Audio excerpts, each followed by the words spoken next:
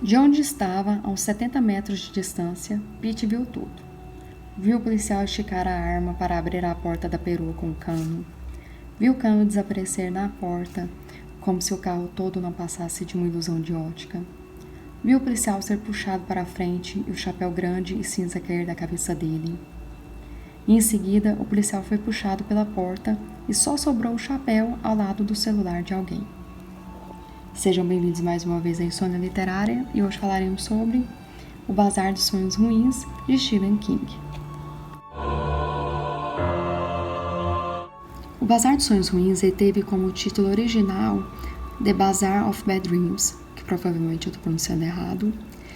Foi publicado em 2015 e foi disponibilizado no Brasil pela editora Suma de Letras em 2017. Os leitores, como sabem os editores, preferem histórias longas a histórias curtas, e é por isso que as coleções de ficção curta são difíceis de serem aceitas pelo agente. Um exemplo disso ocorreu quando Stephen King lançou 4 Estações, que é um ótimo, maravilhoso, amo demais, para seu então editor Alan Williams na Viking Press, e ele não gostou muito não, teve uma recepção assim bem morna.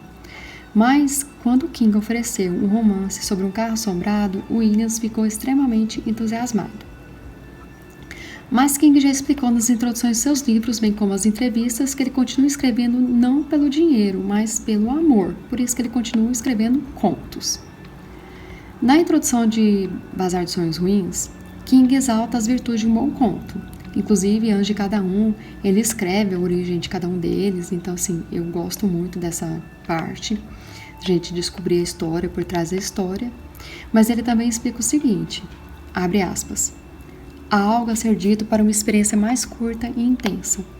Ela pode ser revigorante, às vezes até chocante, como uma valsa com um estranho que você nunca mais verá, ou um beijo no escuro, ou uma bela curiosidade à venda sobre um cobertor barato em um bazar de rua. Mas ele também diz, sinta-se à vontade para examinar eles, mas por favor tenha cuidado. O melhor deles tem dentes. E aqui teremos diversos contos, noveletas, poemas, que eu não gosto nem um pouco, do Stephen King, que fala sobre diversos tipos de assunto. A gente vai se deparar com um carro, que vai lembrar muito Christine, Bill 8. Vai também falar sobre relação de pai e filho, sobre dunas que possuem um segredo incrível e assustador, sobre um homem que está prestes a ser executado por um terrível assassinato, mas no final ele conta os motivos para cometer esse crime e cá entre nós eu concordei com ele. A gente também tem contos sobre moralidade, que até o título é Moralidade, onde o casal acaba recebendo uma proposta indecente de um reverendo. Fala também sobre a vida após a morte, tem conto que vai fazer a gente lembrar muito de Torre Negra, que foi escrito, eu acredito que foi escrito especialmente para nós, fãs de Torre Negra.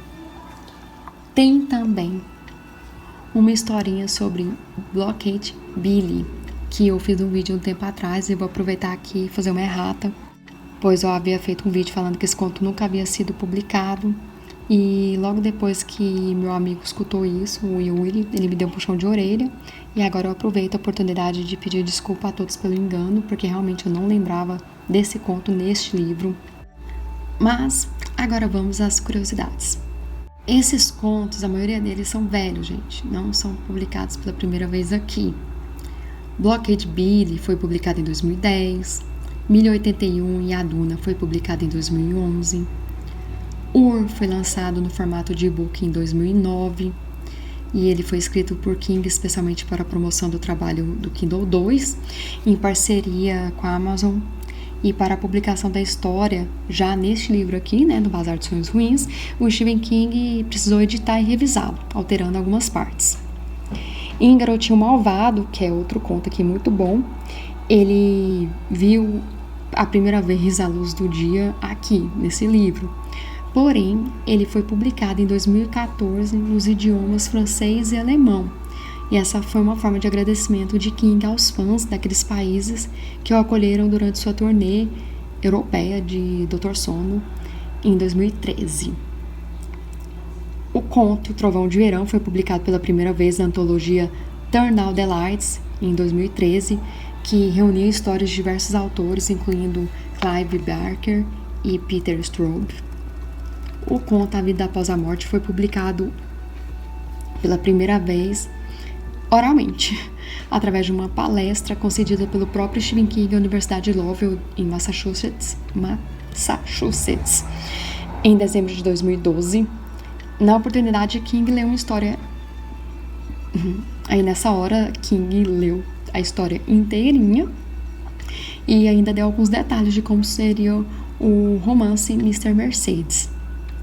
Em 2013, esse mesmo conto, né, A Vida Após a Morte, foi publicado na revista Teen House. Antes de aparecer em Bazar dos Sonhos Ruins, a história Uma Morte, ela foi publicada na edição de março de 2015 na revista The New Yorker. E essa mesma revista também publicou o conto Premium Harmony em novembro de 2009. Fogos de Artifício e Bebedeira foi um conto que deu as caras pela primeira vez no formato de audiobook, lançado em junho de 2015. De todos os contos do livro, apenas Duna e A Milha 81 foram publicados anteriormente no Brasil. O primeiro conto saiu no livro Granta, Medidas Extremas, publicadas pela editora Alfaguara. Já A Milha 81 saiu sob o selo Foglio em e-book. No conto Moralidade, ele foi publicado pela primeira vez na revista Esquire, se é assim que pronuncia, em 2009. No ano seguinte, a história foi incluída na versão em capa dura de Blockade Billy, também presente nessa antologia. Aquele ônibus é de outro mundo foi originalmente publicado na revista Esquire em agosto de 2014. E Stephen King teve a ideia para a história durante sua turnê europeia do romance Doutor Sono em novembro de 2013. O Pequeno Deus da Agonia, que é o nome de outro conto, ele foi originalmente publicado na antologia Book of Horrors em setembro de 2011. Os poemas A Igreja de Ossos e Tommy foram respectivamente publicados originalmente nas edições de novembro de 2009 e março de 2010 na revista Playboy americana. A primeira vez que o conto Indisposta apareceu ao público foi na edição inglesa em brochura do livro Escuridão Total Sem Estrelas, lançada em maio de 2011. O conto Herman Wouk ainda está vivo. Ele foi publicado pela primeira vez na edição de maio de 2011 na revista The Atlantic. O conto é o resultado de uma brincadeira entre King e seu filho Joey Hill, que anualmente desafiam um ao outro a escrever uma história com um título aleatório. Eu imagino o que Joey deve ter escrito, A publicação original de Batman e Robin Tem uma Discussão se deu em setembro de 2012 na Harper's Magazine. Os únicos contos que nunca foram publicados em lugar nenhum, sob nenhuma forma, antes dessa antologia, Bazar dos Sonhos Ruins, finalmente sair são Obituários e Mr. Delícia.